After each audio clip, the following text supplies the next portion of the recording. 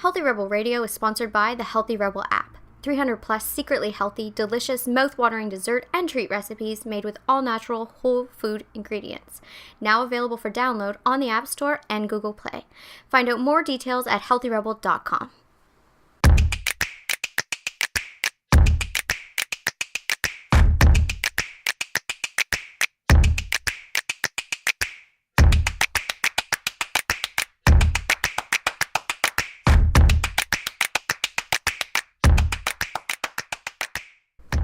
Welcome to Healthy Rebel Radio. I'm your host, Dr. David Deiser. I'm here with my Dami Health Healthy Rebel co-founder, Amy Lane. Good morning. Good morning.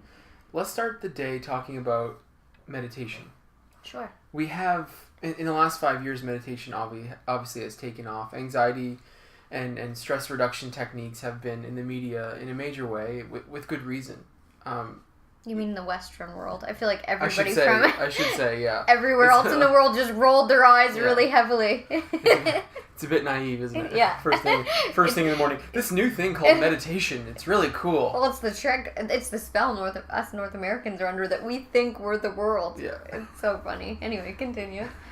I was reading online this morning about just people talking about their stories surrounding meditation. And this comes up in practice a lot for me because a lot of people in our neighborhood and a lot of people who come to see me have tried meditation, are interested and want to get into the practice and practice, stress reduction techniques, but are having a really difficult time. Yes. So I was reading these stories this morning that reminded me of all these cases I've seen. And I've been through it personally, and I think you've been through it in one way or another. And if you've started trying to meditate or if you've tried to adopt a different type of practice, you're probably familiar with the fact that it's odd at first. Mm-hmm.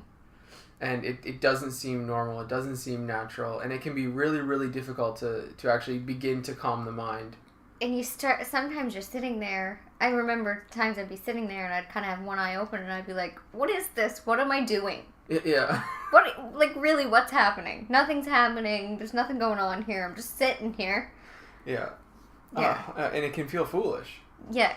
I remember when we began doing a Wayne Dyer meditation, that was a lot of making a lot of noises. Yes, there was also noises that would go with it. And, I just thought, what am I doing? Right, but we did it. Oh, did we ever do it? And then I started to love it. Just, when are we going to do that chanting thing again? Exactly. You start to love it. So, okay. What I want to talk about was how do you get past those first few experiences? What have those experiences been like for you? What have you noticed? Talk me through a bit of your struggle, and then I'll go through mine. Let's see how it goes. One of the things that came up for me is I felt that feeling like you're saying, like kind of like funny, like what's happening, but then sometimes it was more serious. I couldn't hone clearing my mind, and anxious sitting still allowed all those anxious thoughts that I have to come up. And I was kind of sitting there in a miserable storm, and it was very uncomfortable. And I was like, this can't be meditation. This isn't the images I see of a peaceful person looking serene and happy. Like, I'm sitting here in a storm, and I feel uncomfortable, and I don't want to think about these things. And so there was a real uncomfortable phase for me for a while until I learned to look at those negative thoughts like passing clouds and not to hook in and to kind of let them pass by. And then they lessened and lessened and lessened, and then it was more of a stillness. What you're describing to me is meditation. Mm. Meditation is getting to know yourself at the beginning. Most people have never had a chance to sit down with themselves and just think. A lot of people avoid it. Well, because it's uncomfortable. That's why, we hear about people all the time that are constantly on the phone with, females constantly on the phone with their girlfriends, or constantly on social media, then constantly watching a program, then running to, like, the busy bee syndrome. Mm-hmm. To me, when I hear about a busy bee, or someone describing themselves as that type of personality, I think avoidance. Yes. And I completely understand it. Oh, no, there's no shade in that, or there's no shame. Absolutely not. I mean, it can be torture when you're suffering from anxiety. And if you're busy like that all the time, something as simple as getting in the tub with just candles and silence can be painful. Totally painful. And I made this recommendation yesterday, and the response I got was, that's absolutely painful for me. Too bad. And this is the way it goes, right? This is when I don't Yeah. I think that you should say ever to your No, I never. your I didn't. I patients. didn't say too Thank bad. gosh you're the naturopathic doctor and not me. Because don't say too bad. No, I didn't say that. Ever. No, but still, I mean, my gosh, it's so common. It's real. Yeah. And I've been through it, and it's not anything to. I'm joking, obviously, when I say too bad. I mean, what I'm saying is like from a stern parent that knows that this choice will make you feel better in the, taking this certain medicine will make you live a better life. I'm saying it from that perspective. Like, yes, it's uncomfortable. I honor that uncomfortableness. I'm not saying that isn't real, but you have to go through it. And you will go through it. If these are your symptoms, if this does sound like you, then this is a pretty good indication that you need to do more of this. 100%. And isn't that funny? Yeah, it is challenging. Our ego will find all kinds of unique ways. And I really like, I've heard a few different teachers say it. Someone will say something to the effect of, I don't have time to meditate. I don't have time. Yeah. Well, do you have time to feel like shit? Right. Because that's the alternative. Mm-hmm. And that's a genuine truth. But the other thing I want to touch on is meditation doesn't have to be sitting on a pillow in front of an altar. So true. And I think that... Yeah, explain that a bit. Let me know what you think about that. That is how I started my meditation practice, and I really stuck with it on that format for years. But now I find I switch it up. So you can meditate before you even open your eyes in the morning if you want, or you can sit up in your bed and meditate before you even leave your bed. You can have this candlelight bath that I'm talking about. You could even put serene music on and you can meditate in the tub. Definitely. You can meditate while you're walking in nature. You can do journaling and meditate. For really busy people, I recommend the shower. Yeah, that's a good one too. The shower literally, and that's been really effective for me because I started this practice that I heard from someone once. It was probably Tony Robbins, because he resonates with me in a major way.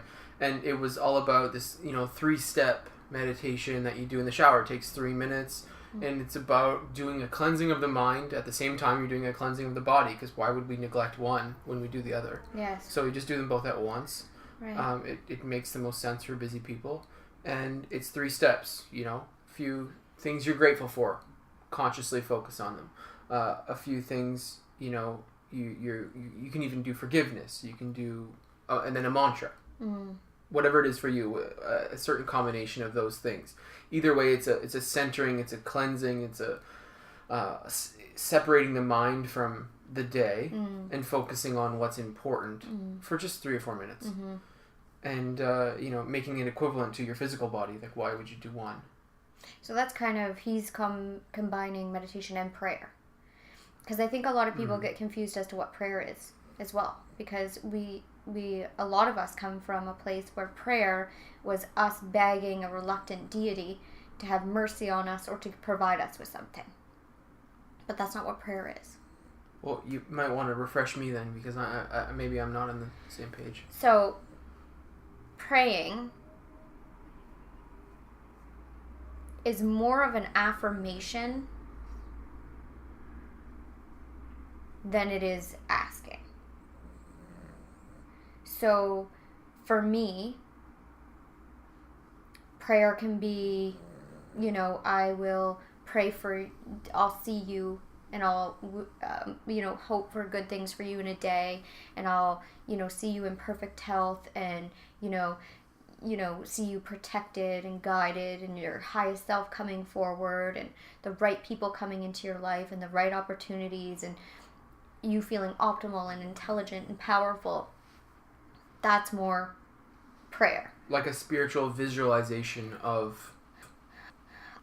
Because what the truth of what reality is, the concept of reality, is that everything is all good. It's our filter that perceives things as bad. So when we're praying, we're touching on that perfection and reminding ourselves, our soul, that everything is perfect. So when you're praying, sometimes you're praying into those things that you need to be realigned with, reassured with, or remember. So it's more of a remembering, perhaps, and a thanking, and a being grateful for, and breathing into those things that are already perfect, but maybe you can't see them. So say you're feeling anxious. Say I'm feeling anxious about something. Or say I feel lost, or I don't know how this certain project is going to come into fruition. I'll go to my place, my sacred space, and I'll pray. And I'll say thank you for everything. I'll say thank you for my health. Thank you for my intelligence. Thank you for putting me in the perfect place at the perfect time. Thank you for aligning my life in a way that I could never perceive. Thank you for the perfect opportunity coming to my life at the perfect time. Thank you for my peace of mind and my stillness and my calmness. So I'll breathe into that from the affirmative. And then the affirmative is what happens. Nice. Yeah, that sounds a lot different than asking. And begging and beseeching. Right. When you ask, beg, and beseech, you're actually affirming that thing. So say you're broke. And you're saying, please send me money. I need money. I need more money. I need more money right now. You're saying there's not enough and I don't know how to get it. Right. You're in a lack. You're setting yourself up in a lack. You can't put yourself in the space of receiving new opportunities. You're blinded. So if you're looking for more prosperity and abundance in your life, you go into your space and you are grateful for whatever you have. The smallest thing to the best things. A lot of the time I'll, I get caught up in, I have really huge dreams and I get really caught in them. When in reality, my life is amazing. So I'll be thankful for my beautiful, safe home in a fantastic neighborhood that I love, and I feel safe and it's beautiful and the light comes in and I'm so grateful. And I'll say thank you for the beautiful things in my home that make me feel, aligned and comfortable. Thank you for, I never have to worry about paying for delicious food that nourishes my body. Thank you for the opportunities that continue to flow to me and expand in the perfect time-space sequence that I could never plan out in my. So I'm grateful for all the abundance. And sometimes it's hard to find abundance. When you were in school and we were stressed financially and it was very scary, I still had to come to something that I was grateful for. And sometimes it was something as simple as the roof over our heads and the opportunity that we live in a country that you can go to school and then we can access the money to send you there. Right? So those little things. Sometimes it's just the socks on your feet that feel cozy. Right. You can be grateful for, Now, what I hear from you is this form of prayer is a powerful version of meditation. Well, then I'll sit with it. And I'll let, a lot of the times, the answers come forward. So praying is touching on and reminding and kind of fueling and realigning to the truth, to the infinite truth. And then meditation is when the answers come. And your version seems also helpful in stressful situations because it reaffirms the safety. I use it when I'm happy and grateful, and I use it when great things happen, the first thing I do is pray. Yeah. And when I'm stressed, the first thing I do is pray. And then it's always followed by a form of meditation where I let the answers come forward of what I should do next. Right.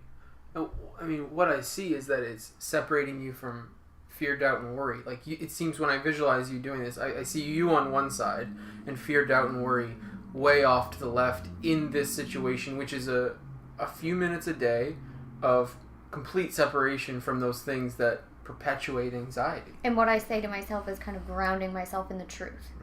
All those things aren't real. Yeah. And what's real and what's truthful is what I continually ground myself in. And then I celebrate it, and I'm grateful for it, and then I vibrate with it, and then I receive more of the good. But if I go down with it, and I am sad with it, and I stick with it, I breed more of it. I think everyone can think of, those days where you wake up out of bed, you stub your toe, you take it super seriously, and you're like, oh, this was a stupid day. Then you get a headache, then you stain your outfit, then someone's really rude to you, then it's raining and you forgot your freaking umbrella. Then you make a bad lunch choice and you eat stuff and then you're bloated and then you remember that you forgot this. It's just, everyone knows that. So it's the thought of starting that day that maybe you stub your toe on your way to your altar, but you don't remember after you're done this practice. No. So true. Your tone is different. It is. Yeah. Your vibe is different, and that stuff can't vibe with you. So even when those people are jerks to you or whatever takes place, it's funny. Mm-hmm. Or it's just... It becomes lighter. You're compassionate or whatever it is. It's just not serious and it doesn't take you down. Yeah. And everybody has that power. So my question to you, and this is where I wanted to take this practice and help be a guide for getting this sort of practice started. When you first start, let's say you do a gratitude exercise like this. In layman's terms, you don't have to call this prayer. You can call this a simple gratitude exercise. Yeah, and I'm not saying prayer is in a religious... No, not at all. I'm not praying to a reluctant deity in the sky. Exactly.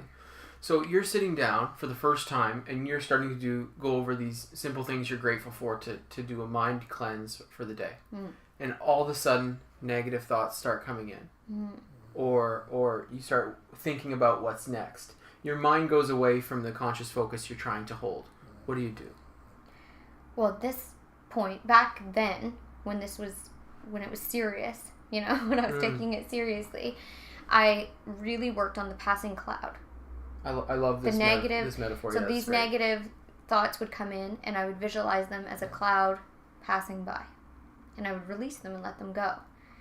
This now, who I am, because I really feel strongly about optimizing my life and my thoughts and my all areas. At this point, I take care of it right away. I'm active. Okay. I breathe into it. Okay. Why is this coming up for me?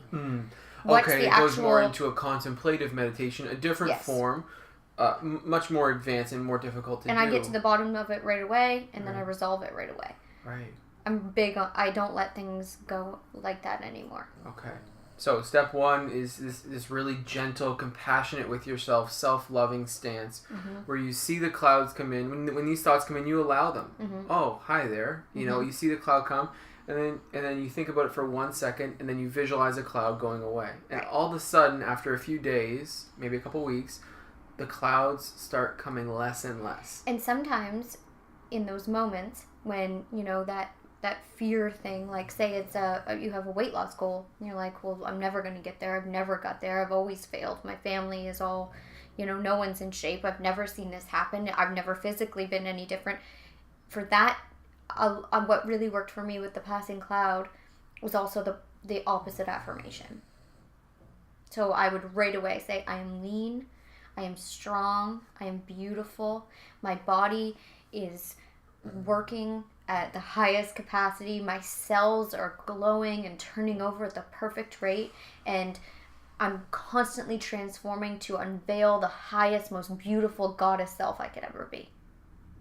I like it. Now, that's more powerful than any creepy little thing. And I would do that. Now, this is the stage I wanted to get to. So when you do this, most people say, I'm telling myself a lie. At first, it feels like it at first. Well, and this is the point where you just need to suck it up. Because this is where I say really too bad. Powerful. Exactly. It's so powerful if you just allow it and accept it and just separate the ego for 1 second and just understand that this is a practice that actually works. And the way that you get yourself to that place is the promise that you're going to get to a place where that's real for you. That's real for you.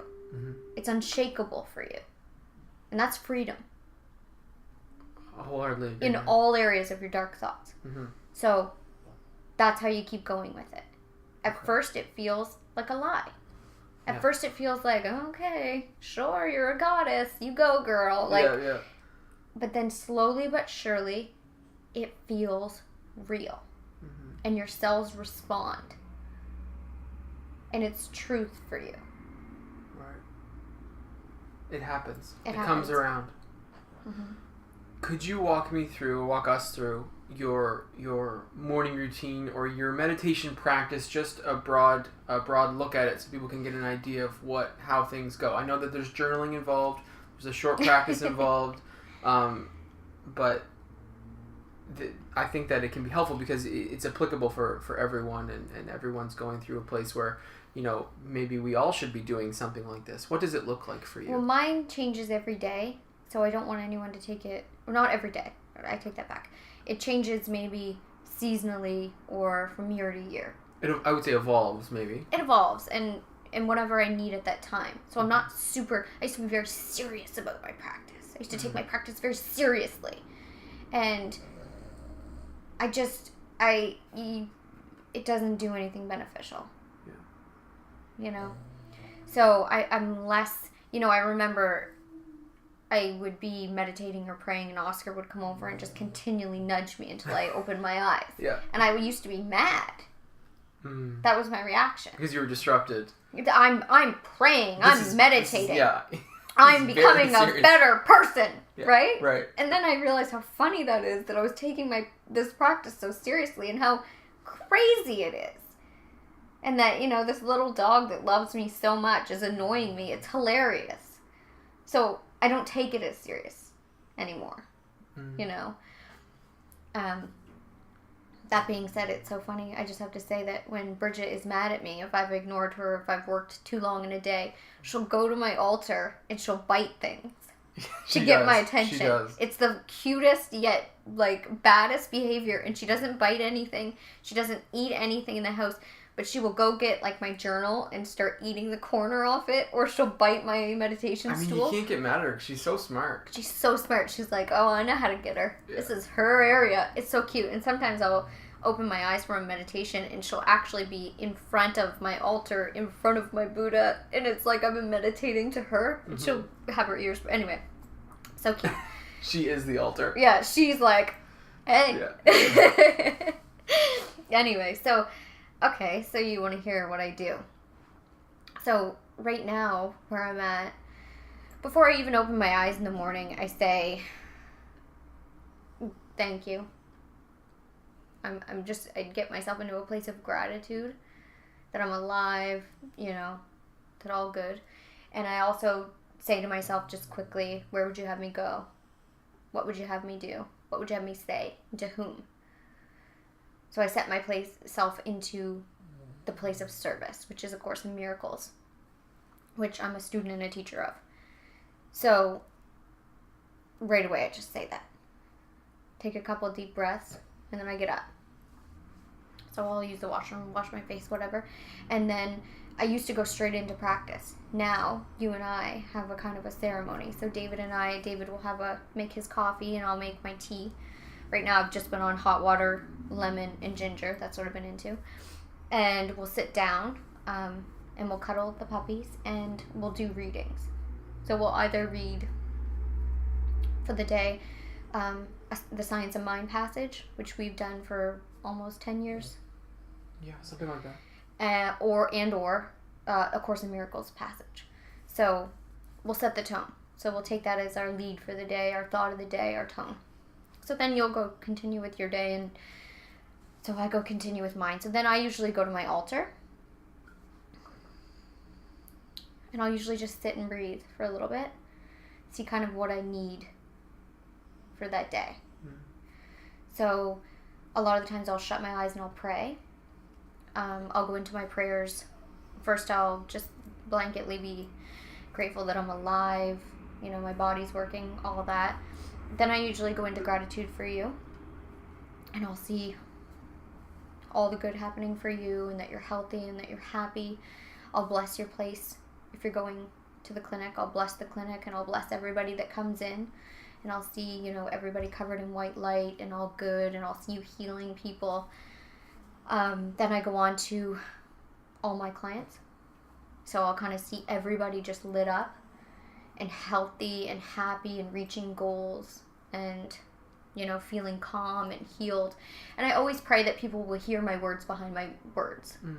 Because I always feel like we're talking on one level, but there's a whole nother level happening. And I always pray to be a tool, to be an instrument, like I've bear witness to before. Michael Beckwith spoke, and it's really hard to explain, but, about 12 years ago, he spoke straight to my soul, and he woke me up. And if I could do that for one person, I'm forever indebted to this man. He woke me up.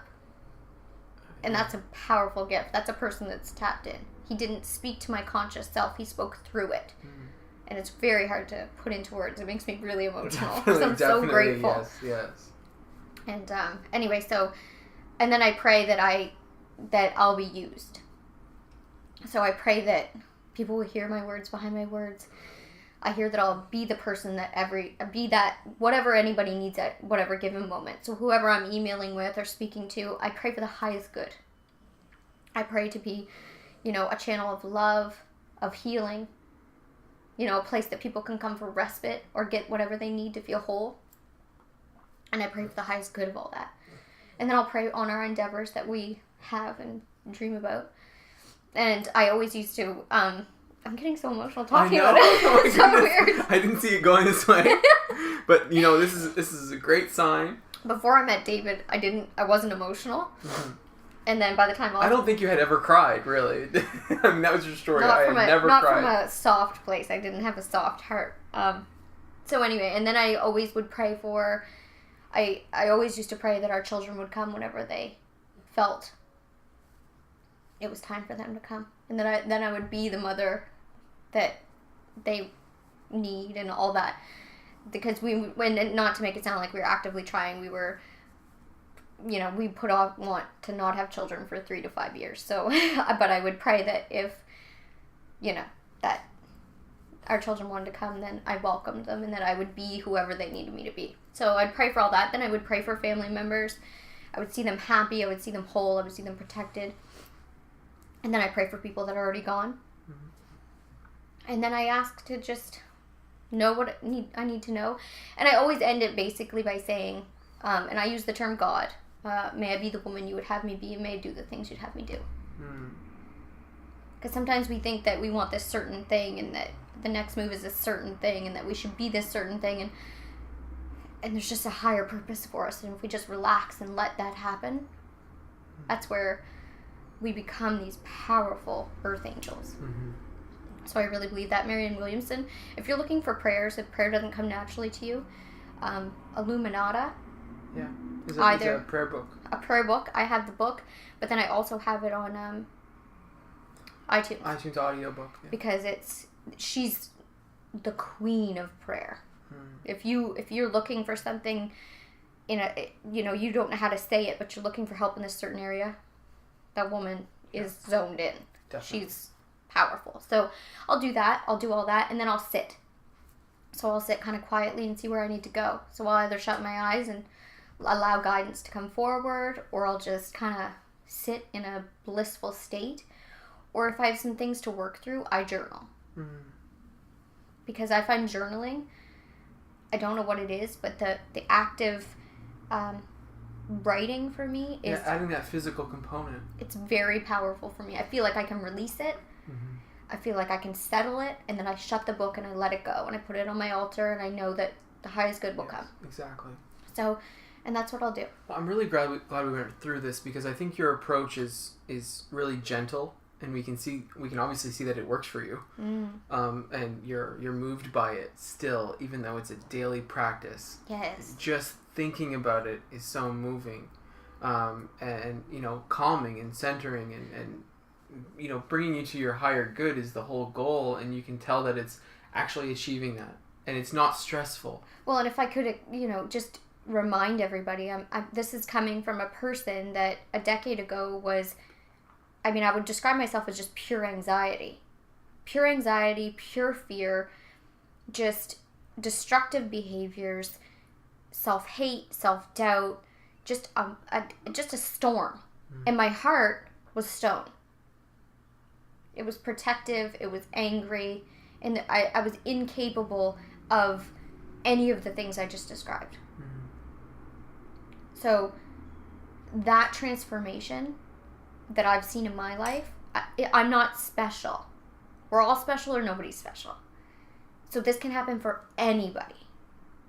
So if people are in pain out there, it's just, for me, I got to a really humble place where I cried and let it out and said, this is such a waste of time.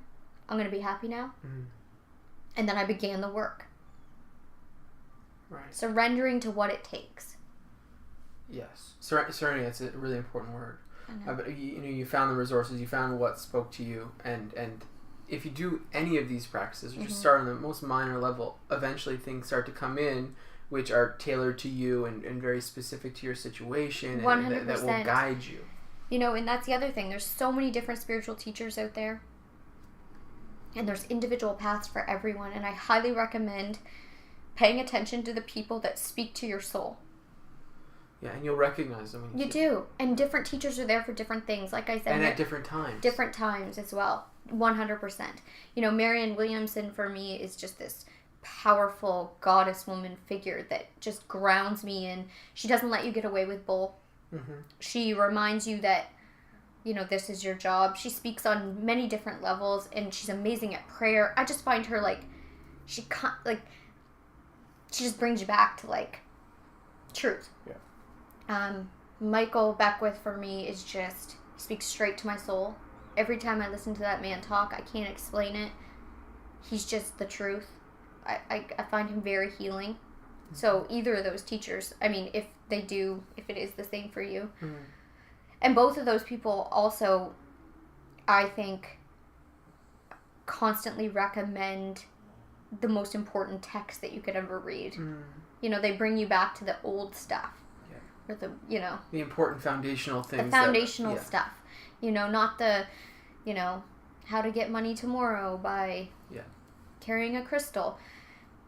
That could happen. But, I don't demote anything. But they bring you back to the foundational things that have worked for decades.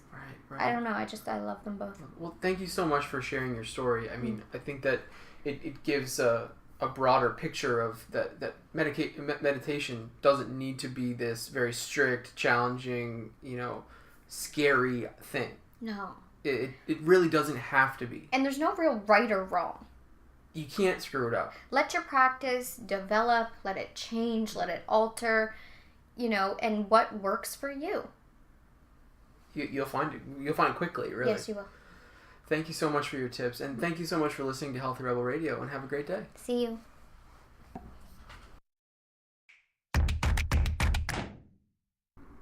Healthy Rebel Radio is presented by the online health and wellness center, DamiHealth.com. Since 2009, Amy Lane has successfully coached thousands of women through her signature program, the Bikini Body Program. Join today to work exclusively with Amy to unveil your greatest yet to be from the inside out. Go to DamiHealth.com for more information. Thank you for listening to Healthy Rebel Radio. Please connect with us on our community pages on Facebook, Pinterest, and Instagram, all at the handle @DamiHealth. For weekly recipes, articles, and all our episodes straight to your inbox, join our newsletter at damihealth.com. You can find all the links discussed in today's episode in the show notes. Thank you for joining us, and see you tomorrow.